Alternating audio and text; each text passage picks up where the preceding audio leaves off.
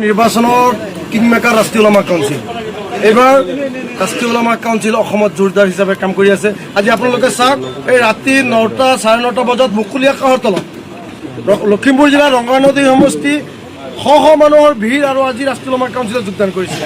এয়া প্ৰমাণ যে ৰাষ্ট্ৰীয় ওলামা কাউন্সিলে কাকো কেয়াৰ নকৰে, ভয় নকৰে। ৰাষ্ট্ৰীয় ওলামা কাউন্সিল সংখ্যালঘু জাতিক ৰক্ষণাবেক্ষণ দিয়াৰ ক্ষেত্ৰত যি কৰিব লাগে আমি কৰিম, আমি কাকো ভয় নকৰোঁ।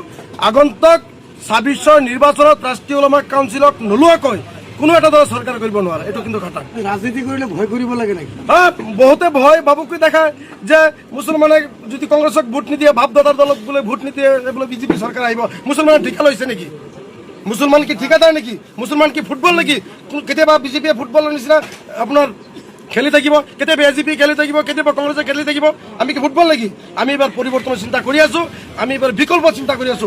সাম্প্ৰদায়িক শক্তিক উৎখাত কৰিবলৈ কাৰণে তথাকথিত সেকুলাৰ দলক একদম পানীত ডুবাই শেষ কৰাৰ কাৰণে ৰাষ্ট্ৰীয় ওলামা কাউন্সিল এতিয়া উঠিবই লাগে। ৰাষ্ট্ৰীয় ওলামা কাউন্সিল দল হ'লে বিজেপিৰ বি টিম। চাওক, বিজেপিৰ A team, B team, C team সকলোৱে দেখি আছে। কোন আজি এটা ল'ৰা, এজন সংগ্ৰামী নেতা, যিজন 20 বছৰ কাল সংখ্যালঘুৰ কাৰণে দিনে নিশাই কাম কৰিছে, এই ল'ৰাটোক এটা দলে, তথাকথিত সেকুলাৰ দলে 48 ঘণ্টা তেওঁৰ দলটোত থাকিব নিদিলে।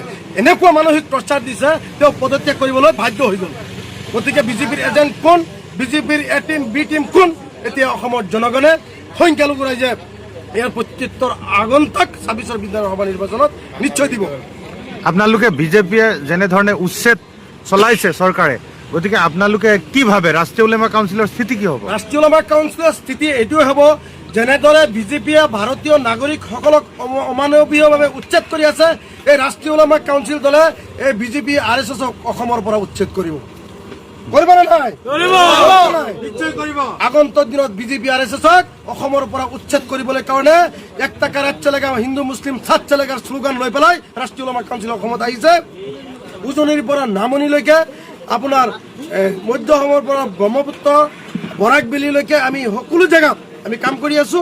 আমি সকলোতে কেণ্ডিডেট দিম আৰু আগন্তুক দিনত ৰাষ্ট্ৰীয় ওলামা কাউন্সিলক সহায় নোলোৱাকৈ কোনো চৰকাৰ কৰিব নোৱাৰে। হিমন্ত বিশ্ব শৰ্মাৰ কাম কাজসমূহক আপোনালোকে কেনেকে চাইছে? চাওক, হিমন্ত বিশ্ব শৰ্মা ডাঙৰীয়া তেওঁ সাংবিধানিক পদত থাকি পেলাই যেনেদৰে অসাংবিধানিক কথা বতৰাবিলাক কৈ আছে, তেওঁ এটা এনেধৰণৰ পদৰ যিটো মৰ্যাদা তেওঁ ৰখা নাই। মুখ্যমন্ত্ৰীৰ কথা বতৰা, আচৰণ ব্যৱহাৰ যেনেদৰে হ'ব লাগিছিল তাৰ ওলোটা হৈ আছে। এনেকুৱা মুখ্যমন্ত্ৰী মই অসমত আৰু কেতিয়াও দেখা নাই।